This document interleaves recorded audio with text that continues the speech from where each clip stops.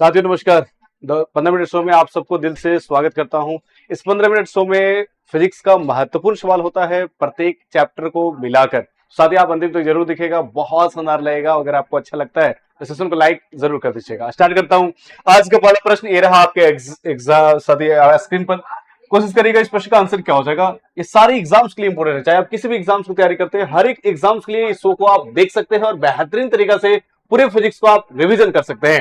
तो चलिए स्टार्ट करते हैं। साथी सबसे पहला प्रश्न ये रहा आपके स्क्रीन पर। कह रहे हैं एंगस्ट्रम किसका इकाई है। साथी अगर मैं एंगस्ट्रम की बात करता हूं तो आप सभी जानते हैं एंगस्ट्रम जो है उसको मापा जाता है साथी तंगदैर्घ्य को एंगस्ट्रम में मापा जाता है। इस बात को ध्यान रखना। अगर मैं ऊर्जा की बात करता हूं तो ऊर्जा की इकाई आपका जूल होता है, आवृत्ति का हर्ट्ज होता है और वेग का मीटर प्रति सेकेंड होता है। अगर मैं बात करता हूं नेक्स्ट साथी सवाल कहा जा रहा है कि एक कण जिसकी कम से कम एक 10 मीटर से कम कहलाता है, मतलब कम से कम बीमा जिसका होगा 10 के पावर में जो सबसे कम बीमा होगा वो पूछा जा रहा है। तो अगर मैं माइक्रो पार्टिकल्स की बात करता हूं तो 10 के पावर माइनस में 6 10 के पावर होता है।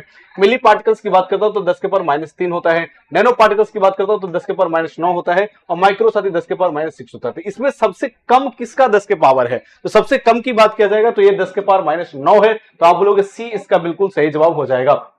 नेक्स्ट, क्यूसेक में क्या मापा जाता है। जो क्यूसेक है उसमें क्या मापेंगे, क्या जल की शुद्धता मापेंगे, नहीं। जल की गहराई मापेंगे, नहीं। जल का बहाव जो होता है कितना जल बह रही है उसके दर को मापने के लिए हम क्यूसेक के प्रयोग करते हैं, यानी कि सी नंबर इसका बिल्कुल सही जवाब होगा। ताप के निम्नलिखित में से किस पैमाने में ऋणात्मक मान नहीं होता है। साथ ही अगर मैं बात करता हूं तापमान मापने के लिए अलग अलग स्केल का प्रयोग किया जाता है, जिसमें डिग्री सेल्सियस होता है ये ऋणात्मक हो जाता है, फॉरेनहाइट भी ऋणात्मक हो जाता है, लेकिन केल्विन ताप मापने का ही एक स्केल है और केल्विन कभी भी नेगेटिव नहीं होता है। तो आप बोलोगे इस प्रश्न का सही जवाब क्या होगा, केल्विन हो जाएगा। ठीक है, तो सी नंबर इस प्रश्न का बिल्कुल सही जवाब हो जाएगा। नेक्स्ट, महासागर में डूबी हुई वस्तुओं की स्थिति जानने के लिए किस यंत्र का प्रयोग किया जाता है। यानी कि महासागर के अंदर साथी डूबी हुई अगर वस्तु है उसको स्थिति पता लगाना है कि है वस्तु की नहीं है, या किसी भी वस्तु को खोजना है तो उसके लिए जो प्रयोग किया जाता है उस साथी कहते हैं सोनार। सेक्सटेंट के माध्यम से क्या मापा जाता है, जरा एक बार कमेंट करना। पिछले सेशन में मैंने आपको बताया था कि सेक्सटेंट के माध्यम से क्या मापा जाता है। अगर मैं ऑडियोमीटर की बात करता हूं तो साथी फोन की तीव्रता मापने के लिए, यानी ध्वनि की तीव्रता मापने के लिए गैल्वेनोमीटर से सूक्ष्म धारा मापा जाता है। इस बात को ध्यान में रखिएगा। नेक्स्ट, वायु की गति निम्नलिखित के द्वारा नापी जाती है। अगर मैं वायु की गति की बात करता हूं तो किससे मापा जाएगा, एनीमोमीटर से मापा जाएगा। बी नंबर इसका बिल्कुल सही जवाब हो जाएगा। डॉक्टर द्वारा प्रयुक्त होने वाला स्टेथोस्कोप जिस सिद्धांत पर कार्य करता है वह सिद्धांत क्या है। वह सिद्धांत साथी ध्वनि का अध्यारोपण होता है। अगर ध्वनि का अध्यारोपण नहीं दिया गया तो आप ध्वनि का परावर्तन लगा सकते हैं, लेकिन ध्वनि का अध्यारोपण सबसे सटीक होता है। तो आप लोग ध्वनि का अध्यारोपण साथी इस प्रश्न का बिल्कुल सही जवाब हो जाएगा। पृथ्वी का प्लान वेग क्या होता है। प्लान वेग की अगर मैं बात करूं साथी, प्लान वेग उस वेग को कहते हैं जिस वेग से किसी वस्तु को आप पृथ्वी से ऊपर दिशा में फेंकते हैं तो वह वापस पृथ्वी पर नहीं लौट कर आता है, उस वेग को प्लान वेग कहा जाता था। आप बोलेंगे 11.2 किलोमीटर प्रति सेकेंड जो है ये आपका प्लान वेग होता है। इस बात को ध्यान रखिएगा। नेक्स्ट, ऑटोमोबाइल्स की हाइड्रोलिक ब्रेक की कार्य किस सिद्धांत पर काम करता है। यानी कि जो हाइड्रोलिक ब्रेक की बात करें, हाइड्रोलिक प्रेस की बात करें, या फिर साथ हाइड्रोलिक जो जब भी हाइड्रोलिक लगा हुआ है यानी कि द्रव संचालित यंत्र के बारे में अगर पूछा जाएगा तो ध्यान रखना वो पास्कल के सिद्धांत पर काम करता है। क्या करता है, पास्कल के सिद्धांत पर साथी काम करता है। सबको साथी कमेंट करते रहना है अगर आप प्रश्न का आंसर जानते हैं तो। ठीक है, साथी कह रहे कि जब किसी झील की तल से उठकर वायु बुलबुला ऊपरी सतह पर आ जाता है तो उसका आकार क्या होता है। साथी ऊपरी सतह पर आएगा तो उसका आकार बड़ा हो जाता है। क्या होता है, आकार साथी बढ़ जाता है। ए नंबर बिल्कुल सही जवाब होगा। आगे बढ़ने से पहले मैं बता दूं कि बीपीएससी एडीओ का अगर आप तैयारी करना चाहते हैं तो हमारे एप्लीकेशन द ऑफिशियल अकेडमी पर साथी ये उपलब्ध है। आप वहां पे जुड़कर बेहतरीन तरीका से तैयारी कर सकते हैं। मात्र 999 में कोर्सेज उपलब्ध है, तो जुड़ना बिल्कुल मत भूलिएगा। नेक्स्ट, लोहे की सुई पारे की सतह पर किस कारण से तैरती रहती है। तो लोहे की सुई जो पारे के सतह पर तैरती है, पहला तो डेंसिटी होता है, लेकिन साथ ही जब इस केस में बात करें यानी कि सवाल की बात करें तो इसमें पृष्ठ तनाव भी होता है। तो याद रखना पृष्ठ तनाव के कारण भी ऐसा होता है, पृष्ठ तनाव के कारण भी होता है। सुई पानी में डूब जाती है जबकि लोहे से बना जहाज पानी पर तैरती रहती है। क्यों, तो सारी सुई डूब जा रहा है, इसका मतलब सुई का घनत्व क्या होगा, पानी की तुलना में ज्यादा है। और जो जहाज है जो लोहा के बने हुए वो नहीं डूबता है। क्यों, क्योंकि जो लोहे से बने जहाज है उसका डेंसिटी अन्य जो पानी जिसमें जहाज को चलाया जा रहा है उससे कम है। जब डेंसिटी कम होगा तो वस्तु ऊपरी सतह पर तैरती है और डेंसिटी ज्यादा हो जाता है तो उसी द्रव में डूब जाती है। तो आप बोलोगे सर यहाँ पे डेंसिटी से संबंधित है, डेंसिटी से संबंधित है। इस प्रश्न का बिल्कुल सही जवाब ये आपका डी हो जाएगा। सुई के अपेक्षित घनत्व उसके द्वारा हटाया गया जो उससे आपका अधिक है, इसलिए सुई डूब जा रही है और जहाज का कम है इसलिए तैरते हुए नजर आ रही है। नेक्स्ट, जब पानी में नमक मिलाया जाता है तो निम्न में से कौन सा परिवर्तन होता है। यदि पानी है, पानी के खौलाने की कोशिश करिए। जब आप उसको खौलाएंगे ना, जब बॉइल्ड करेंगे तो पानी को बॉइल्ड होने में ज्यादा समय लगेगा, लेकिन वहीं पर अगर जब उसमें नमक डाल देंगे तो जल्दी से बॉइल्ड हो जाता है, मतलब जल्दी से गर्म हो जाएगा, जल्दी से खौलना शुरू कर देगा। मतलब जल में अगर नमक मिलाते हैं तो उसका क्वथनांक बढ़ जाता है। क्या होता है? क्वथनांक साथ ही बढ़ जाता है और जमाव बिंदु घट जाता है। ए नंबर बिल्कुल सही जवाब होगा।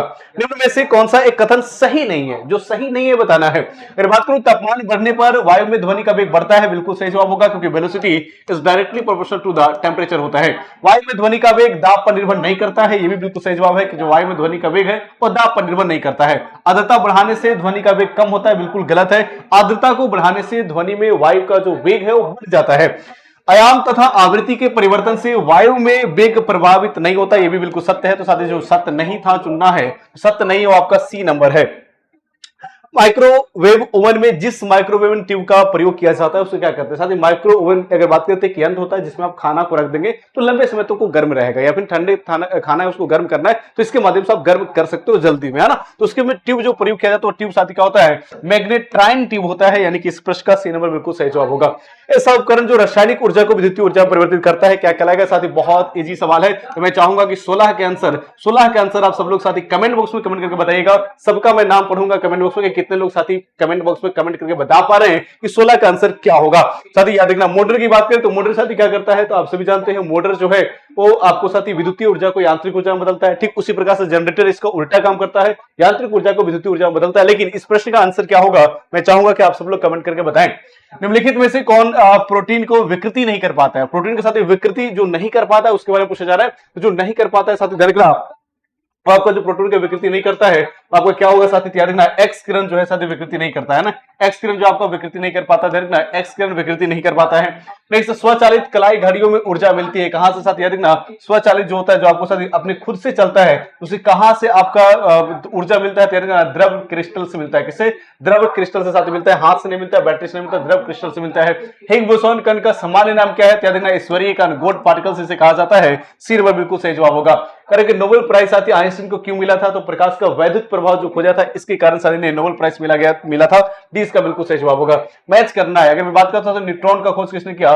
न्यूट्रॉन का खोज न्यूट्रॉन वैज्ञानिक है ना साथी, इलेक्ट्रॉन के जे थॉमसन ने किया, बहुत अच्छा साथी। प्रोटॉन का खोज गोल्ड स्टीन ने किया था, गोल्ड स्टीन ने किया था। ये आपका खोज गलत है साथी, सही मिलान गलत है। आप कह सकते हैं ये वाला बी जो है ना, बी आपका गलत मिलान है। बाकी एक्स के रॉन्जन ने खोज किया था, न्यूट्रॉन को चैडविक ने खोज किया था, है ना। ये आपका सही हो जाएगा क्योंकि ये आपका गलत मिलान है।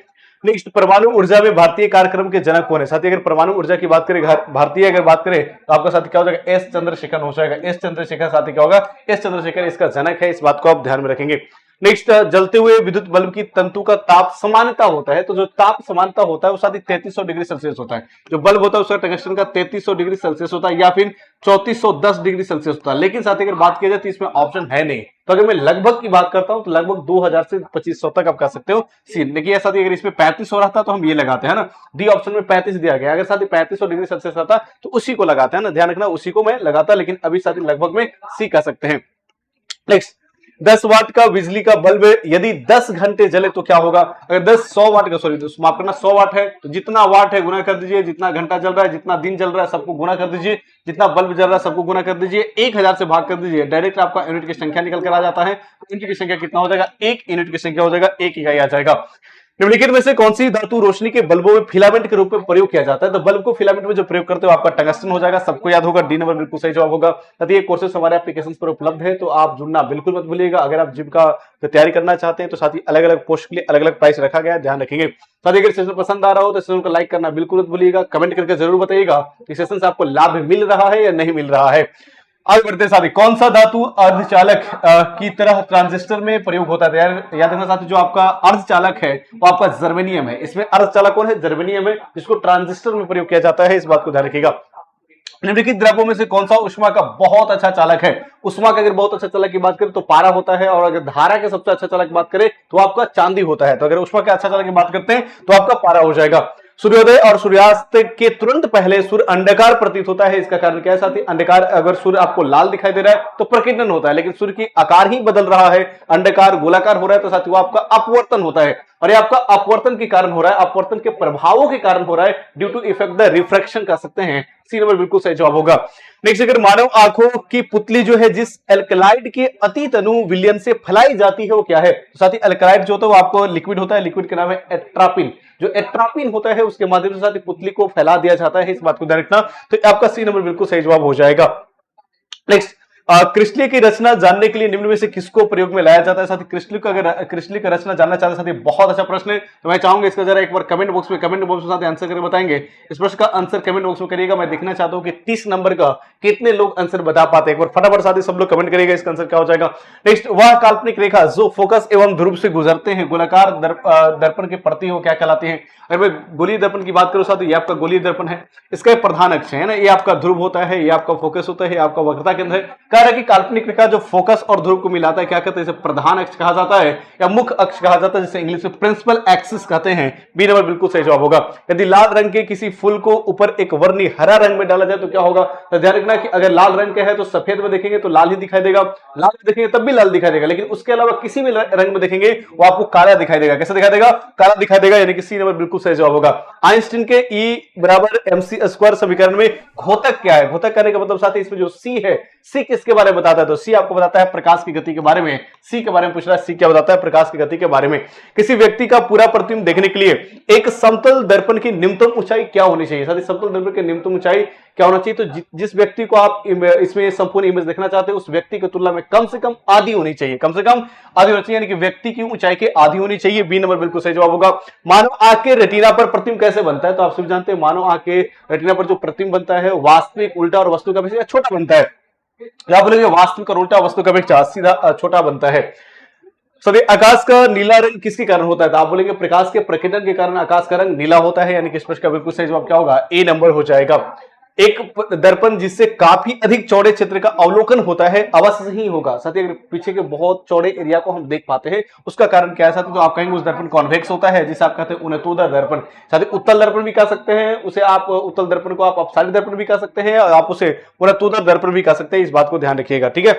नेक्स्ट साथी, मानव की सामान्य स्वस्थ आंख के लिए अस्पष्ट दूरी, न्यूनतम दूरी कितनी मानी जाती है? सबको याद होगा 25 सेंटीमीटर साथी आपका न्यूनतम दूरी हो जाएगा।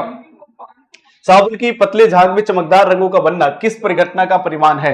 अगर परिणाम की बात करें साथी, किस परिघटना का परिणाम है? तो आप बोलेंगे प्रकाश का जो व्यतिकरण होता है, प्रकाश के व्यतिकरण के कारण ही चमकता है। साबुन का फेन भी प्रकाश के व्यतिकरण के कारण ही चमकते हैं। तो आप बोलेंगे साथी प्रवर्तन और प्रकाश का व्यतिकरण हो जाएगा। बहुलित प्रवर्तन यानी कि लगातार परिवर्तन होना बहुलित परिवर्तन कहलाता है। किसी अपारदर्शी वस्तुओं का रंग उस रंग का कारण होता है जिसे वो साथी क्या करता है? अगर मान लो कि हरा दिखाई दे रहा है, इसका मतलब सभी रंगों को अवशोषित कर रहा है, बस हरा रंग को परिवर्तित कर रहा है इसलिए हरा दिखाई दे रहा है। सबको अवशोषित कर रहा है, किसी को परिवर्तित नहीं कर रहा तो काला दिखाई देगा। सबको अवशोषित किया, सबको परिवर्तित कर देगा तो सफेद दिखाई देगा। याद रखना साथी क्या होगा? इसका आंसर जो हो जाएगा, किसी अपारदर्शी वस्तुओं का रंग उस रंग के कारण होता है जिसे परावर्तित करता है, यानी सी नंबर इसका सही जवाब होगा। 72 बीपीएससी का भी बैच हमारे एप्लीकेशन पर उपलब्ध है। साथ ही आप अगर इच्छुक है, पढ़ना चाहते हैं बेहतरीन तरीके से, तो हमारे साथ आप एप्लीकेशन पर जरूर जुड़िएगा। नेक्स्ट, एक सीडी है जो ऑडियो वीडियो साथी प्रणाली में दिखाता है, सूर्य के प्रकाश में देखी जाती है, इंद्रधनुष के समान रंग दिखाई पड़ता है। इसका व्याख्या की जाना साथी किसका? तो आप करेंगे परावर्तन और विवर्तन के आधार पर इसे व्याख्या किया जाता है। पेट्रोल के बूंदे जब वाहन के सड़क पर वर्षा में जलते साथ वही बात जो अभी मैंने बताया, साबुन को बुलबुला का रंगीन दिखाई देना, पेट्रोल अगर स्थित है वहां पानी, पेट्रोल अगर पानी में गिर जा रहा तब उसको रंगीन दिखाई देना, सबके कारण प्रकाश का व्यतिकरण होता है। ए नंबर बिल्कुल सही जवाब होगा। संवहन द्वारा उष्मा का हस्तांतरण किसमें होता है? उष्मा को अलग अलग माध्यम में ले जाने के लिए अलग अलग प्रक्रिया कहा जाता है। जैसे अगर ठोस में जा रहा है तो उसे चालन कहते हैं। अगर साथ यहाँ पे संवहन द्वारा कहा जाएगा तो आपका द्रव और गैस होता है। क्या होता है? द्रव और गैस होता है। तो आप बोलेंगे द्रव और गैस क्या हो जाएगा? तो आपका सी नंबर द्रव और गैस हो जाएगा। अगर बात करो साथी परम शून्य ताप क्या है? तो परम शून्य ताप कहने का जो सबसे न्यूनतम टेम्परेचर होता है, सबसे न्यूनतम टेम्परेचर को हम परम शून्य ताप कहते हैं। और जो आपका परम शून्य ताप है उसका मतलब साथ कह सकते हैं जो सबसे न्यूनतम संभव तापमान, यानी कि बी इसका बिल्कुल सही जवाब होगा। कमरे को ठंडा किया जा सकता है। कमरे को ठंडा कैसे करेंगे? तो आपका कंप्रेस्ड नेचुरल गैस जो होता है, इसे आप संपीड़ित गैस कहते हैं, उसे साथ ही सीएनजी कहते हैं। सीएनजी के माध्यम से आप ठंडा कर सकते हैं, इस बात को आप ध्यान में रखेंगे, ठीक है। अब साथ ही इस प्रश्न का बिल्कुल सही जवाब क्या होगा जरा कमेंट करना। ऊष्मागति का प्रथम नियम किस संरचना के सिद्धांत पर कार्य करते हैं? साथ ही मैं चाहूंगा कि 46 नंबर का कमेंट करें कि साथ इस प्रश्न का आंसर क्या हो जाएगा। तो आप बोलेंगे सर इसका आंसर क्या होगा? ऊर्जा संरक्षण के सिद्धांत। साथ ही कमेंट करके आप जरूर बताइएगा।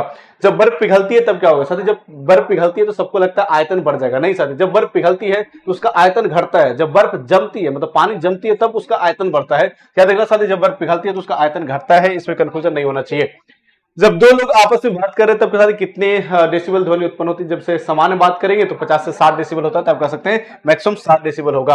वायुमंडल में बादल का तैरना किस कारण से होता है? साथ ही वायुमंडल बादल में तैर रहे हैं उसका कारण क्या है? तो आप कह सकते हैं डेंसिटी। क्या होता है? डेंसिटी। लेकिन साथ यहाँ पर डेंसिटी है नहीं तो आप कह सकते हैं इसके संबंधित डेंसिटी साथ संबंधित हुआ श्यानता से। तो इस प्रश्न का बिल्कुल सही जवाब श्यानता हो जाएगा। ये आखिरी सवाल, अंतरिक्ष यात्री निर्वात में सीधे खड़े नहीं रह पाते हैं, इसका कारण क्या है? तो 4 सवाल मैंने बोला है। साथ ही चारों को कमेंट आपको कमेंट बॉक्स में करना है, बताना इस प्रश्न का आंसर क्या हो जाएगा। सबका कमेंट आना चाहिए। साथ ही आज की क्लास यही तक समाप्त करते हैं। सेशन कैसा लग रहा है कमेंट करके जरूर बताइएगा। सेशन को लाइक जरूर करिएगा। मिलते हैं फिर नेक्स्ट क्लास में। Thank you so much. जय हिंद।